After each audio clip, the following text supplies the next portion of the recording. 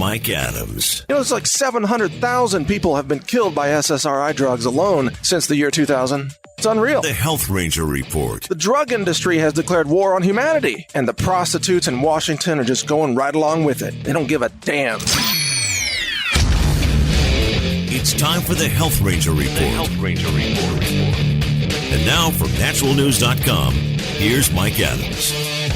When typical people think about science, they think that scientists are these learned scholars who rationally discuss important topics, sitting around with no emotion involved at all, and everybody's open-minded and ready to accept new paradigms. And that is complete bullshit. Welcome to HealthRangerScience.com. My name is Mike Adams, the Health Ranger. I am a published food scientist, a mass spec laboratory director. I'm the founder and director of CWC Labs, an ISO-accredited, internationally recognized laboratory. We are ISO 17025 certified. And we do elemental analysis of food, water, environmental samples, and much more. I'm also working on, I'm the co-author of a method published in the LCGC journal about the quantitation of cannabinoid molecules from hemp extracts. So I'm a real scientist talking about real science here at HealthRangerScience.com. And what I've noticed is that science is just like every other area of society. It's full of bullies and tribes and cults. What passes for status quo science today is really just an intolerant bullying cult, especially on issues like climate change. So when it comes to climate change, the scientific consensus, if you will, which isn't even a scientific term, that's a contradiction right there. No such thing as a scientific consensus, because that's a dogma, by the way. That's not science. But the scientific consensus insists that carbon dioxide is poison, that it's a pollutant, it's bad for the planet. Even though every scientist was taught that every botanical system based on chlorophyll uses carbon dioxide as its oxygen, if you will. Plants breathe CO2. They die without it. Without CO2, our planet would be dead, our food supply would collapse, human civilization would end. It would be a mass extinction event. Every scientist knows that if they're honest about it, because CO2 is the molecule of life for plants and trees and food crops and plant-based medicines and so on. Every ecosystem on our planet relies on CO2, and without it, they would all die. And yet, the scientific bullies insist that CO2 is bad, and what they do is they intimidate everybody, and they will get papers pulled from mainstream science journals if they don't like the paper's conclusion. So you think science journals are honest, independent, objective, that they're just trying to publish the best science available and spread the word and enhance human knowledge? Again, bullshit. What they're really trying to do is protect the false narratives of the scientific establishment. And nowhere is this more true than on the subject of vaccines. So if anybody dares publish a paper that, let's say, compares the outcomes of vaccinated children versus unvaccinated children, and finds, let's say, that, vaccinated children have a lot higher neurological problems, and finds, let's say, that vaccinated children have a much higher risk of neurological disorders, and that unvaccinated children have no higher risk whatsoever of measles, mumps, rubella, and other, rotavirus and so on, then that paper will be heavily pressured to be pulled, to be retracted. It doesn't matter if it's true. It doesn't matter if the evidence is solid. It doesn't matter if it's meticulously conducted and authored and fact-checked and everything.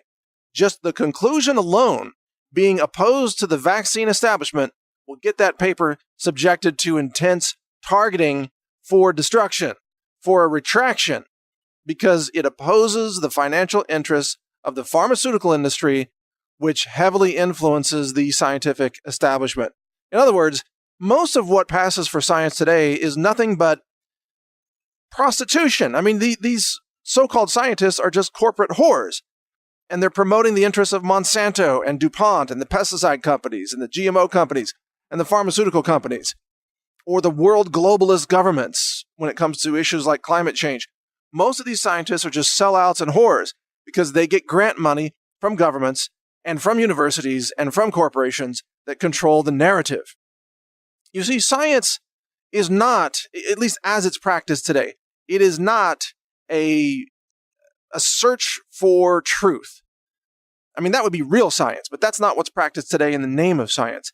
It is really an attempt to push narrative memes into the minds of people, to brainwash the population, brainwash legislators, and brainwash the scientific community into believing false narratives that just happen to support the financial interests of the powerful corporations and institutions in society. This is how we end up with the, quote, science of chemotherapy, which actually causes cancer. It's based on chemical weapons derived from World War I, mustard gas weapons. Chemotherapy has much in common with mustard gas. These are toxic nerve agents, toxic chemicals. They are deadly to life, which is why they kill cancer cells. It's why they kill the patient. It's why they cause incredible toxicity and chemo brain and kidney damage and heart damage and all of that, because these are toxic chemicals. And yet the cancer establishment says, oh no, those are all good cancer treatments. That's called medicine. It's called treatment. No, it isn't. It's carpet bombing the patient with toxic chemicals. And it has nothing to do with the truth about how to prevent cancer, how to reverse cancer, how to treat cancer. All of those topics are not allowed to be discussed from a holistic point of view in any mainstream medical journal.